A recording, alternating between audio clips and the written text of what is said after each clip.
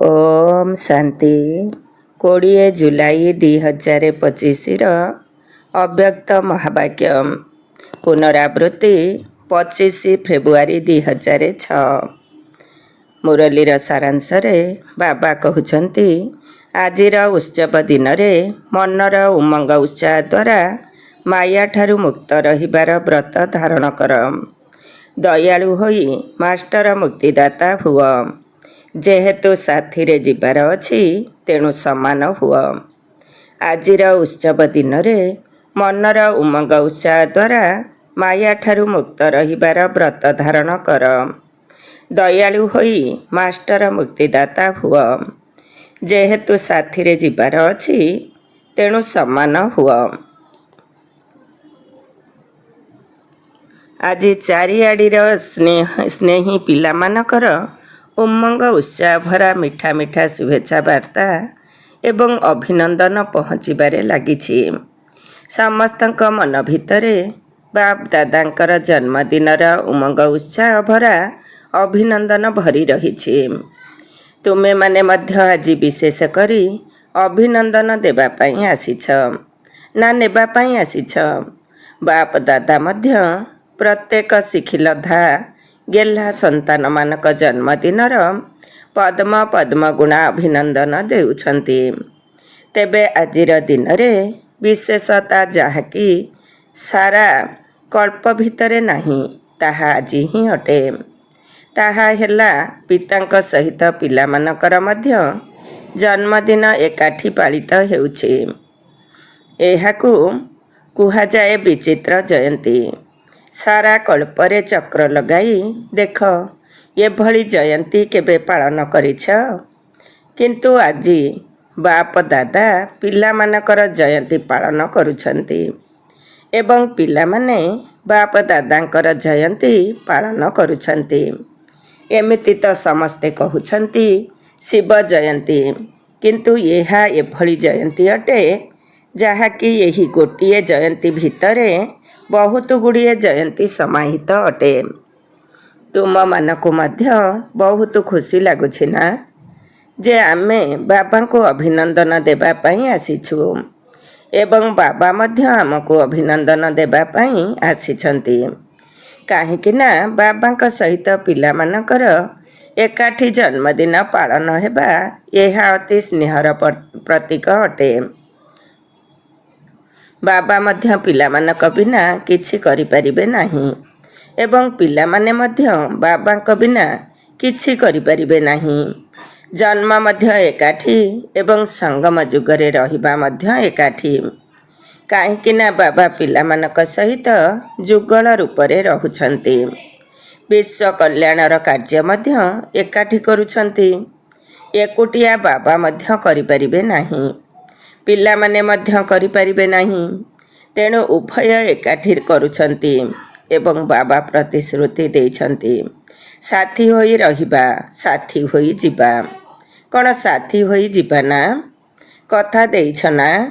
पितांकर एवं पिला मानकर एतिकी स्नेह केबे देखिछ ना अनुभव करिछ। सेथिपाई एही संगम जुगर महत्व रहिछि एवं एही समयर मिलनर स्मारकी को भिन्न भिन्न मेला रूपरे पालन करा जाउछि। यही शिव जयंती दिन में भक्त माने डाकी चलीछन्ति आस आस आस, किंतु केबे आसिबे किपरि आसिबे यही कथा भाबिबारे लागिछन्ति। किंतु तुमे माने एठारे मिलन मेला पालन करुछ। बाप दादांकर भक्त मानक उपरे स्नेह मध्य रहिछि एवं दया मध्य लागुछि। से माने केते प्रकार रे चेष्टा करि चलीछन्ति एवं खोजिबारे लागिछन्ति। कौन तुमे माने बाबा को खोजिछ कि ना बाबा तुमको खोजी बाहर करिछन्ति? किए काहाकु खोजिछि? तुमे माने तो केवल चारिआडे चक्र लगाउथिल, किंतु देख बाबा तांकर पिला मानकु खोजी बाहर करि देइछन्ति।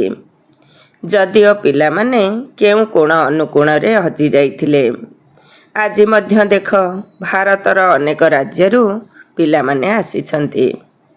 किंतु विदेश मध्य किछि कम नुहे। 100ଟି ଦେଶରୁ ଆସିଯାଇଛନ୍ତି। ଏହାଛଡ଼ା ତୁମମାନଙ୍କୁ ବାବାଙ୍କର ହେବା ପାଇଁ କିଛି ମେହନତ କରିବାକୁ ପଡ଼ିଛି କି? କ'ଣ ମେହନତ କରିଛ? ଯେଉଁମାନେ ବାବାଙ୍କୁ ଖୋଜିବା ପାଇଁ ମେହନତ କରିଛନ୍ତି ସେମାନେ ହାତ ଉଠାଅ। ହଁ, ଭକ୍ତିରେ ମେହନତ କରିଛ, କିନ୍ତୁ ଯେବେଠାରୁ ବାବା ତୁମମାନଙ୍କୁ ଖୋଜି ବାହାର କରିଦେଇଛନ୍ତି ତାପରେ ଆଉ ମେହନତ କରିଛ କି? ଗୋଟିଏ ସେକେଣ୍ଡରେ ସୌଦା କରିଦେଇଛ। ଗୋଟିଏ ହିଁ ଶବ୍ଦରେ ସୌଦା ହୋଇଯାଇଛି। ସେହି ଗୋଟିଏ ଶବ୍ଦ କ'ଣ? ମୋର। ପିଲାମାନେ କହିଲେ ମେରା ବାବା, ବାବା କହିଲେ ମେରେ ବଚ୍ଚେ। ବାସ୍, ସୌଦା ହୋଇଗଲା। କ'ଣ ସୌଦା ଶସ୍ତା ହେଲା ନା ମୁସ୍କିଲ? ଶସ୍ତା ଅଟେ ନା? ଯେଉଁମାନେ ଭାବୁଛନ୍ତି କିଛି କିଛି ମୁସ୍କିଲ ଅଟେ ସେମାନେ ହାତ ଉଠାଅ। କେବେ କେବେ ତ ମୁସ୍କିଲ ଲାଗୁଛି ନା? ନାହିଁ, ପ୍ରକୃତରେ ସହଜ ହିଁ ଅଟେ, କିନ୍ତୁ ନିଜର ଦୁର୍ବଳତା ଗୁଡ଼ିକ ସହଜକୁ ମୁସ୍କିଲ ଅନୁଭବ କରାଇ ଦେଉଛି। ବାପ ଦାଦା ଦେଖୁଛନ୍ତି ଭକ୍ତମାନଙ୍କ ଭିତରେ ମଧ୍ୟ ଯେଉଁମାନେ ସଚ୍ଚା ଭକ୍ତ ଅଟନ୍ତି, ସ୍ୱାର୍ଥୀ ନୁହନ୍ତି, ସଚ୍ଚା ଭକ୍ତ ଅଟନ୍ତି, ସେମାନେ ଆଜିର ଦିନରେ ଅତି ସ୍ନେହର ସହିତ ବ୍ରତ ରଖିଥାନ୍ତି। ତୁମେମାନେ ମଧ୍ୟ ବ୍ରତ ଧାରଣ କରିଛ, କିନ୍ତୁ ସେମାନେ ତ ଅଳ୍ପ ଦିନ ପାଇଁ ବ୍ରତ ରଖିଥାନ୍ତି। ହେଲେ ତୁମେମାନେ ଏଭଳି ବ୍ରତ ରଖୁଛ ଯାହାକି ବର୍ତ୍ତମାନର ଏହି ଗୋଟିଏ ବ୍ରତ 21 ଜନ୍ମ ପର୍ଯ୍ୟନ୍ତ କାୟମ ରହୁଛି।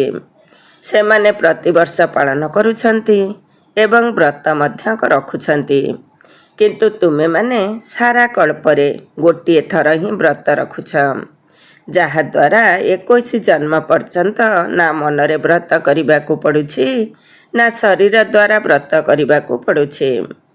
ତେବେ ବ୍ରତ ତ ତୁମେମାନେ ମଧ୍ୟ ଧାରଣ କରୁଛ, କିନ୍ତୁ କେଉଁ ବ୍ରତ ଧାରଣ କରୁଛ?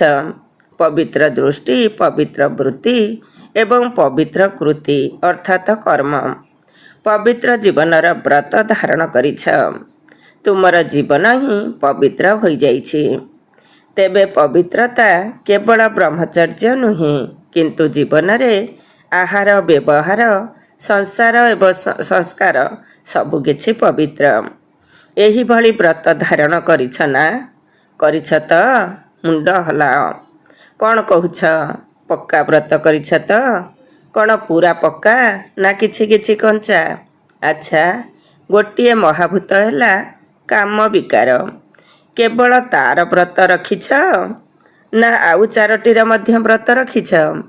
ବ୍ରହ୍ମଚାରୀ ତ ହୋଇଯାଇଛ, କିନ୍ତୁ ଆଉ 4ଟି ଯେଉଁମାନେ ପଛରେ ଅଛନ୍ତି ସେଗୁଡ଼ିକର ମଧ୍ୟ ବ୍ରତ ରଖିଛ ତ?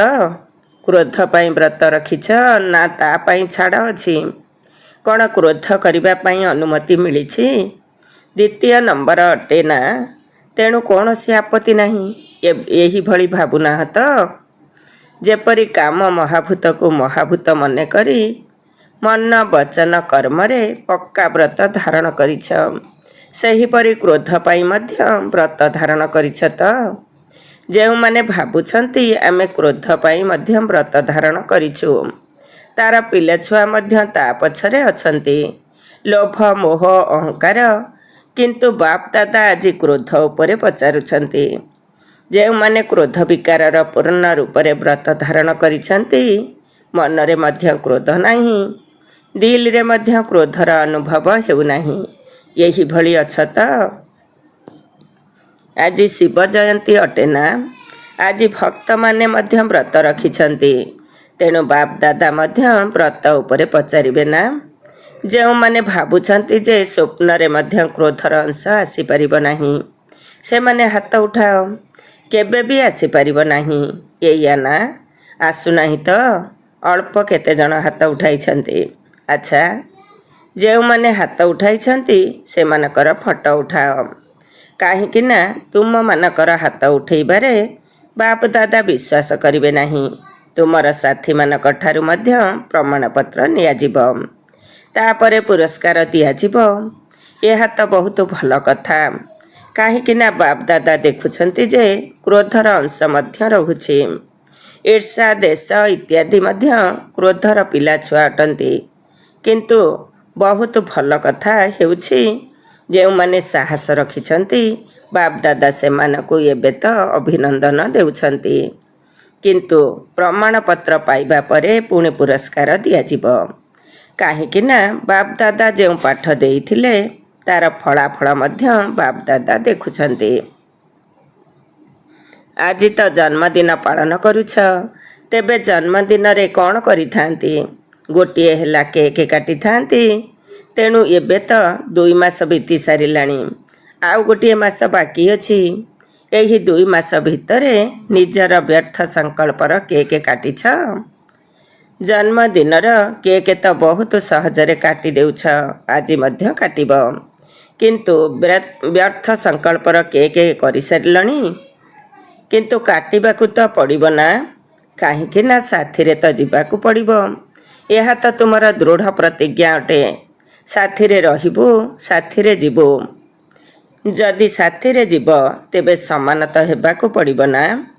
ଯଦି ବି ଅଳ୍ପ ବହୁତ କମି ରହିଯାଇଛି, 2 ମାସ ତ ଶେଷ ହୋଇସାରିଲାଣି, ତେବେ ଆଜି ଦିନରେ ଜନ୍ମଦିନ ପାଳନ କରିବା ପାଇଁ କେଉଁଠୁ ଆସିଯାଇଛ।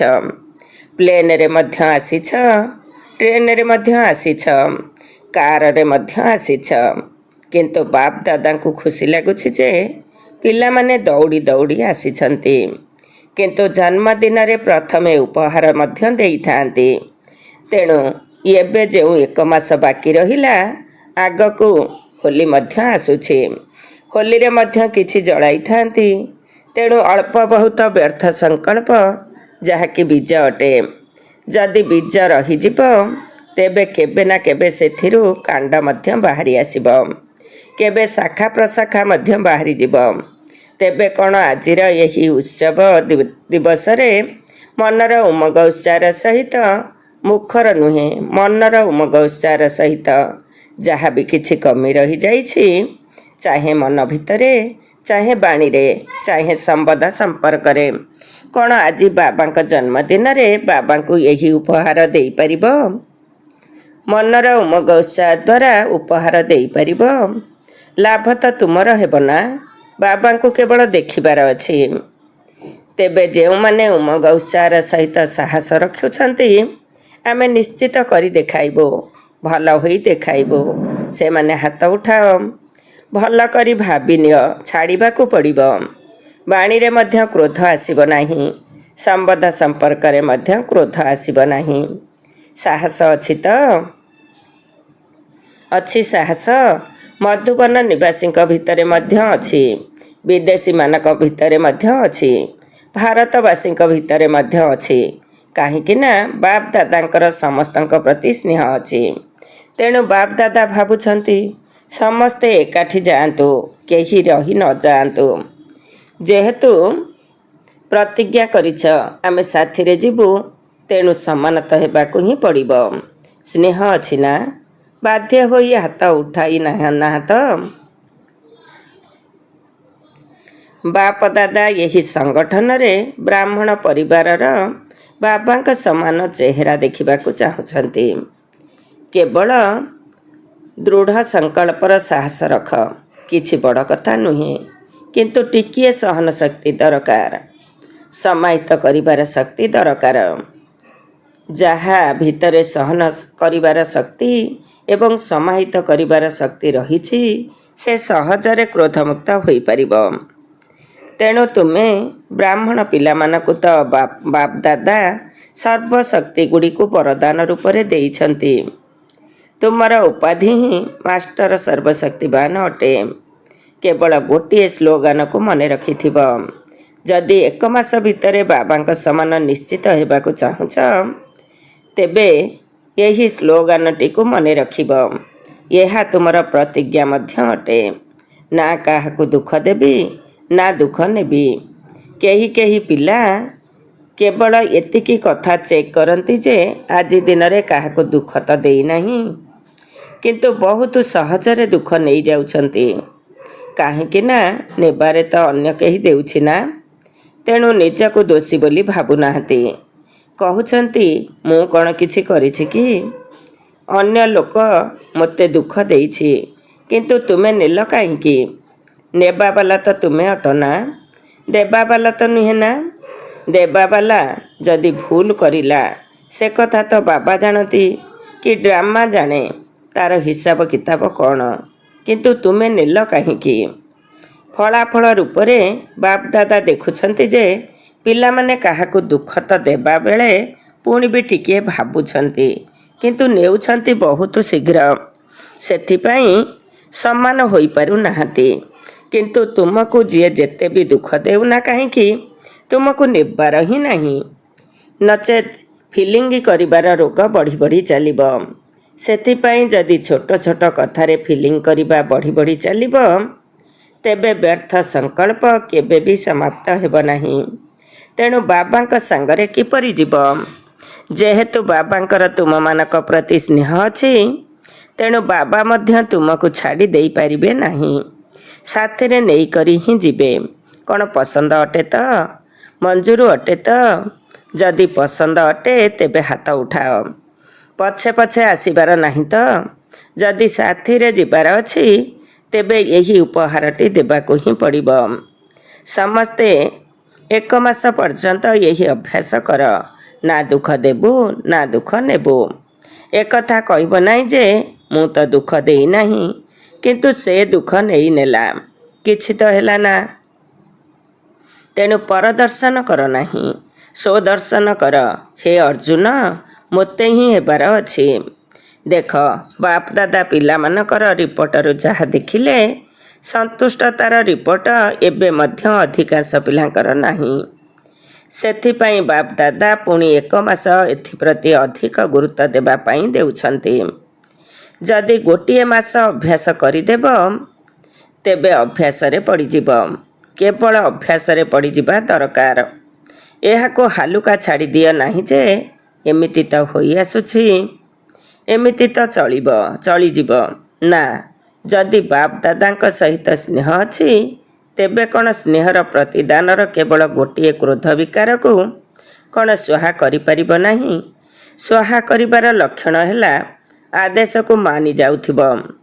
କେବେ ବ୍ୟର୍ଥ ସଂକଳ୍ପ ମଧ୍ୟ ଅନ୍ତିମ ଘଡ଼ିରେ ବହୁତ ଧୋକା ଦେଇପାରେ। କାହିଁକି ନା ଚାରିଆଡ଼େ ଦୁଃଖର ବାୟୁମଣ୍ଡଳ, ପ୍ରକୃତିର ବାୟୁମଣ୍ଡଳ ଏବଂ ଆତ୍ମାମାନଙ୍କର ବାୟୁମଣ୍ଡଳ ନିଜ ଆଡ଼କୁ ଆକର୍ଷଣ କରିବା ଭଳି ହୋଇଯିବ। ଯଦି ବ୍ୟର୍ଥ ସଂକଳ୍ପ କରିବାର ଅଭ୍ୟାସ ଥିବ ତେବେ ସେହି ବ୍ୟର୍ଥ ଭିତରେ ହିଁ ଛନ୍ଦି ହୋଇଯିବ। ତେଣୁ ବାପ ଦାଦା ବିଶେଷ କରି ଆଜି ଏହିଭଳି ସାହସର ସଂକଳ୍ପ ଦେଉଛନ୍ତି। ଚାହେ ବିଦେଶରେ ରହୁଥାଅ, ଚାହେ ଭାରତରେ ରହୁଥାଅ, ସେହି ଏକା ବାପ ଦାଦାଙ୍କର ତ ସନ୍ତାନ ଅଟନା। ତେଣୁ ଚାରିଆଡ଼ର ପିଲାମାନେ ଯଦି ସାହସ ଏବଂ ଦୃଢ଼ତା ରଖି ସଫଳ ମୂରତ ହୋଇ ସାରା ବିଶ୍ୱରେ ଏହି କଥା ପ୍ରଚାର କରିବେ ଯେ ଆମ ଭିତରେ କାମ ବିକାର ନାହିଁ କି କ୍ରୋଧ ବିକାର ମଧ୍ୟ ନାହିଁ। ଆମେ ପରମାତ୍ମାଙ୍କର ସନ୍ତାନ ଅଟୁ।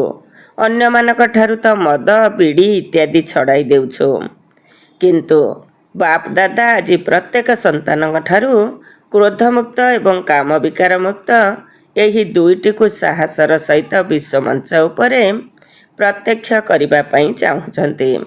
କ'ଣ ପସନ୍ଦ ଅଟେ ତ? ଦାଦୀମାନଙ୍କୁ ପସନ୍ଦ ଅଟେ ତ? ପ୍ରଥମ ଧାଡ଼ି ବାଲାଙ୍କୁ ପସନ୍ଦ ଅଟେ ତ?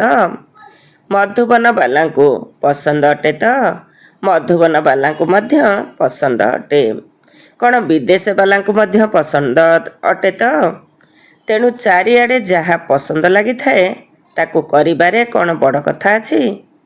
ଏଥିପାଇଁ ବାପ ଦାଦା ମଧ୍ୟ ଅତିରିକ୍ତ କିରଣ ଅର୍ଥାତ୍ ଶକ୍ତି ଦେବେ।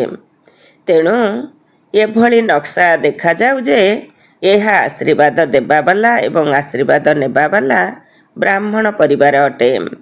କାହିଁକି ନା ସମୟ ମଧ୍ୟ ଆବାହନ କରୁଛି। ବାପ ଦାଦାଙ୍କ ପାଖରେ ତ ଆଡ଼ଭାନ୍ସ ପାର୍ଟିବାଲାଙ୍କର ମଧ୍ୟ ଦିଲ୍ଲୀର ଡାକରା ପହଞ୍ଚୁଛି। ମାୟା ମଧ୍ୟ ଏବେ ଥକିଗଲାଣି। ସେମାନେ ମଧ୍ୟ ଚାହୁଁଛନ୍ତି ଯେ ଏବେ ଆମକୁ ମଧ୍ୟ ମୁକ୍ତି ଦେଇଦିଅ। ତେବେ ପିଲାମାନେ ସେମାନଙ୍କୁ ମୁକ୍ତି ମଧ୍ୟ ଦେଇଦେଉଛନ୍ତି, ପୁଣି ମଝିରେ ମଝିରେ ସାଙ୍ଗ ହୋଇଯାଉଛନ୍ତି।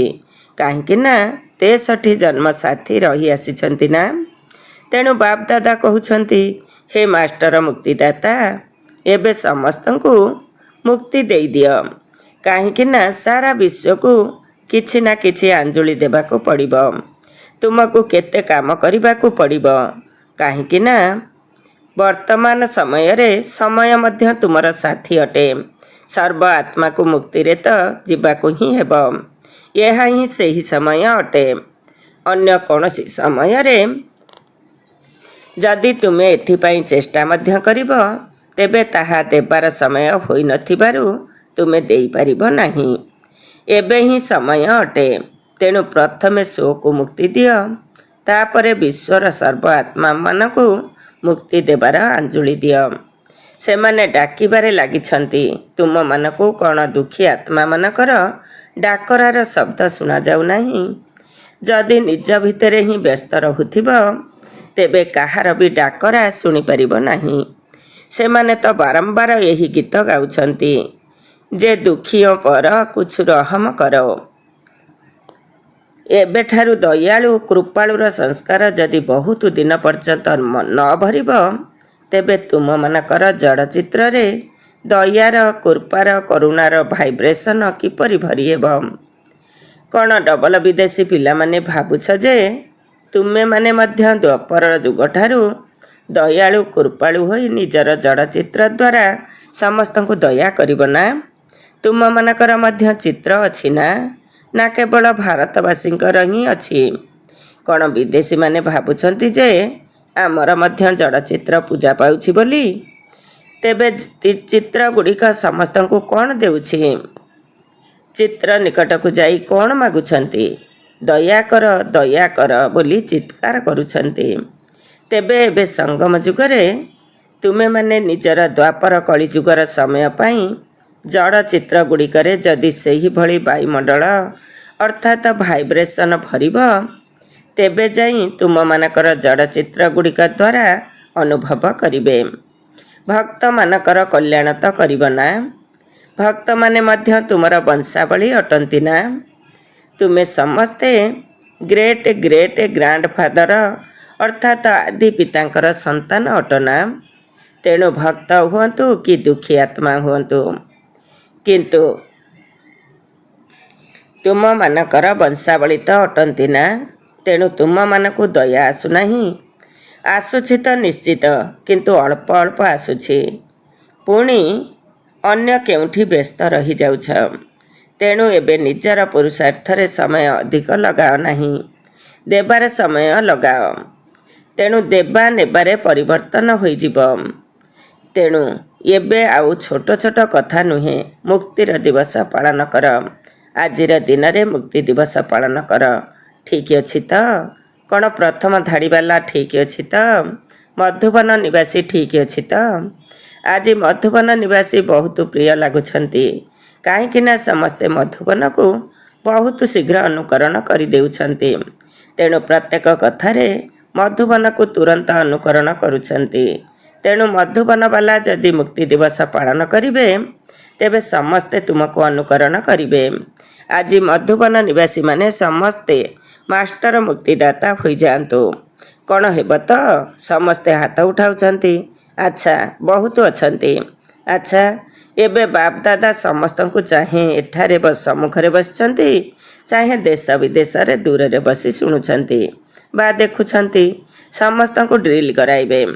ସମସ୍ତେ ପ୍ରସ୍ତୁତ ହୋଇଗଲ ତ? ଏବେ ସବୁ ସଂକଳ୍ପକୁ ସୁପ୍ତ କରିଦିଅ, ଅର୍ଥାତ୍ ବନ୍ଦ କରିଦିଅ। ଏବେ ଗୋଟିଏ ସେକେଣ୍ଡରେ ମନ ବୁଦ୍ଧି ଦ୍ୱାରା ନିଜର ମିଠା ଘରେ ପହଞ୍ଚିଯାଅ। ଏବେ ପରମଧାମରୁ ନିଜର ସୂକ୍ଷ୍ମବତନରେ ପହଞ୍ଚିଯାଅ। ଏବେ ସୂକ୍ଷ୍ମବତନରୁ ସ୍ଥୂଳବତନ ନିଜର ରାଜ୍ୟ ସ୍ୱର୍ଗ ଦୁନିଆରେ ପହଞ୍ଚିଯାଅ। ଏବେ ନିଜର ପୁରୁଷୋତ୍ତମ ସଙ୍ଗମ ଯୁଗରେ ପହଞ୍ଚିଯାଅ। ଏବେ ମଧୁବନକୁ ଆସିଯାଅ। ଏହିଭଳି ସ୍ୱଦର୍ଶନ ଚକ୍ରଧାରୀ ହୋଇ ବାରମ୍ବାର ଚକ୍ର ଲଗାଉଥାଅ। ଆଚ୍ଛା, ଚାରିଆଡ଼ର ଭାଗ୍ୟବାନ ଗେହ୍ଲା ପିଲାମାନଙ୍କୁ, ସର୍ବଦା ସ୍ୱରାଜ୍ୟ ଦ୍ୱାରା ସ୍ୱପରିବର୍ତ୍ତନ କରୁଥିବା ରାଜା ପିଲାମାନଙ୍କୁ, ସର୍ବଦା ଦୃଢ଼ତା ଦ୍ୱାରା ସଫଳତା ପ୍ରାପ୍ତ କରୁଥିବା ସଫଳତାର ତାରକାମାନଙ୍କୁ, ସର୍ବଦା ଖୁସିରେ ରହୁଥିବା ସୌଭାଗ୍ୟଶାଳୀ ପିଲାମାନଙ୍କୁ ବାପଦାଦାଙ୍କର ଆଜିର ଜନ୍ମଦିନର ବାବାଙ୍କର ଏବଂ ପିଲାମାନଙ୍କର ଜନ୍ମଦିନର ବହୁତ ବହୁତ ଅଭିନନ୍ଦନ, ଆଶୀର୍ବାଦ ଏବଂ ସ୍ନେହ ସମ୍ପନ୍ନ ଶୁଭେଚ୍ଛା। ଏହିଭଳି ଶ୍ରେଷ୍ଠ ପିଲାମାନଙ୍କୁ ନମସ୍ତେ। ଆମ ଆତ୍ମିକ ସନ୍ତାନମାନଙ୍କର ଆତ୍ମିକ ମାତା ପିତା ବାପ ଦାଦାଙ୍କୁ ନମସ୍ତେ ନମସ୍ତେ, ସୁପ୍ରଭାତ। ବରଦାନ: ବିଶ୍ୱ କଲ୍ୟାଣର ଦାୟିତ୍ୱ ମନେକରି ସମୟ ଏବଂ ଶକ୍ତି ଗୁଡ଼ିକୁ କମ୍ ଖର୍ଚ୍ଚ କରୁଥିବା ମାଷ୍ଟର ରଚୟିତା ଭବ। ବିଶ୍ୱ କଲ୍ୟାଣର ଦାୟିତ୍ୱ ମନେକରି ସମୟ ଏବଂ ଶକ୍ତି ଗୁଡ଼ିକୁ କମ୍ ଖର୍ଚ୍ଚ କରୁଥିବା ମାଷ୍ଟର ରଚୟିତା ଭବ। ଡିଟେଲ୍ସ: ବିଶ୍ୱର ସର୍ବ ଆତ୍ମାମାନେ ତୁମେ ଶ୍ରେଷ୍ଠ ଆତ୍ମାମାନଙ୍କର ପରିବାର ଅଟନ୍ତି। ତେଣୁ ଯେତେ ବଡ଼ ପରିବାର ହୋଇଥାଏ ସେତିକି କମ୍ ଖର୍ଚ୍ଚ ପ୍ରତି ଧ୍ୟାନ ଦିଆଯାଏ। ତେଣୁ ସର୍ବ ଆତ୍ମାକୁ ସମ୍ମୁଖରେ ରଖି ନିଜକୁ ବିହଦର ସେବା ଅର୍ଥେ ନିମିତ୍ତ ମନେକରି ନିଜର ସମୟ ଏବଂ ଶକ୍ତି ଗୁଡ଼ିକୁ କାର୍ଯ୍ୟରେ ଲଗାଅ। କେବଳ ନିଜ ପାଇଁ ହିଁ ରୋଜଗାର କରିଲ ଏବଂ ଶେଷ କରିଦେଲ, ଏଭଳି ବେପରୁଆ ହୁଅ ନାହିଁ। ସର୍ବ ସମ୍ପତ୍ତିର ବଜେଟ୍ ତିଆରି କର। ମାଷ୍ଟର ରଚୟିତା ଭବର ବରଦାନକୁ ସ୍ମୃତିରେ ରଖି ସମୟ ଏବଂ ଶକ୍ତିର ଷ୍ଟକ ସେବା ପାଇଁ ଜମା କର। ଆଜିର ସ୍ଲୋଗାନ: ମହାଦାନୀ ତାଙ୍କୁ କୁହାଯିବ ଯାହାଙ୍କର ସଂକଳ୍ପ ଏବଂ ବାଣୀ ଦ୍ୱାରା ସମସ୍ତଙ୍କୁ ବରଦାନର ପ୍ରାପ୍ତି ହେଉଥିବ। ମହାଦାନୀ ତାଙ୍କୁ କୁହାଯିବ ଯାହାଙ୍କର ସଂକଳ୍ପ ଏବଂ ବାଣୀ ଦ୍ୱାରା ସମସ୍ତଙ୍କୁ ବରଦାନର ପ୍ରାପ୍ତି ହେଉଥିବ। ଓମ୍ ଶାନ୍ତି। ଆଜିର ଅବ୍ୟକ୍ତ ଇସାରା: ସଂକଳ୍ପର ଶକ୍ତିକୁ ଜମା କରି ଶ୍ରେଷ୍ଠ ସେବାର ନିମିତ୍ତ ହୁଅ। ତୁମର ଯେଉଁ ସୂକ୍ଷ୍ମ ଶକ୍ତି ଦୁଇଟି ମନ୍ତ୍ରୀ ବା ମହାମନ୍ତ୍ରୀ ରୂପରେ କାର୍ଯ୍ୟ କରୁଛନ୍ତି, ଯଥା ମନ ଏବଂ ବୁଦ୍ଧି, ସେମାନଙ୍କୁ ନିଜର ଆଦେଶ ମୁତାବକ ଚଲାଅ। ଯଦି ଏବେଠାରୁ ତୁମର ରାଜ୍ୟ ଦରବାର ଠିକ୍ ରହିବ, ତେବେ ଧର୍ମରାଜର ଦରବାରକୁ ଯିବାକୁ ପଡ଼ିବ ନାହିଁ। ଧର୍ମରାଜ ମଧ୍ୟ ତୁମକୁ ସ୍ୱାଗତ କରିବ। କିନ୍ତୁ ତୁମ ଭିତରେ ଯଦି ନିୟନ୍ତ୍ରଣ କରିବାର ଶକ୍ତି ନଥିବ, ତେବେ ଫାଇନାଲ ପରୀକ୍ଷାର ଫଳାଫଳ ଅନୁସାରେ ଫାଇନ୍ ଦେବା ପାଇଁ ଧର୍ମରାଜପୁରୀକୁ ଯିବାକୁ ପଡ଼ିବ। ଧର୍ମରାଜପୁରୀର ଦଣ୍ଡ ଗୁଡ଼ିକ ହିଁ ଫାଇନ୍ ଅର୍ଥାତ ଜୋରିମାନା ଅଟେ। ତେଣୁ ତୁମେ ଯଦି ରିଫାଇନ୍ ଅର୍ଥାତ ସମ୍ପୂର୍ଣ୍ଣ ପବିତ୍ର ହୋଇଯିବ, ତେବେ ଆଉ ଫାଇନ୍ ଦେବାକୁ ପଡ଼ିବ ନାହିଁ। ସୂଚନା: ଆଜି ମାସର ତୃତୀୟ ରବିବାର। ସମସ୍ତ ରାଜଯୋଗୀ ଭାଇ ଭଉଣୀମାନେ ସନ୍ଧ୍ୟା 6:30 ଠାରୁ 7:30 ପର୍ଯ୍ୟନ୍ତ ବିଶେଷ ଯୋଗାଭ୍ୟାସ ସମୟରେ ଭକ୍ତମାନଙ୍କର ଡାକରା ଶୁଣିବା ସହିତ ନିଜର ଇଷ୍ଟଦେବ ଇଷ୍ଟଦେବୀ ଦୟାଳୁ ଏବଂ ଦାତା ସ୍ୱରୂପରେ ସ୍ଥିତ ହୋଇ ସମସ୍ତଙ୍କର ମନୋକାମନା ପୂର୍ଣ୍ଣ କରିବାର ସେବା କରିବା ହେବେ। ଓମ୍ ଶାନ୍ତି।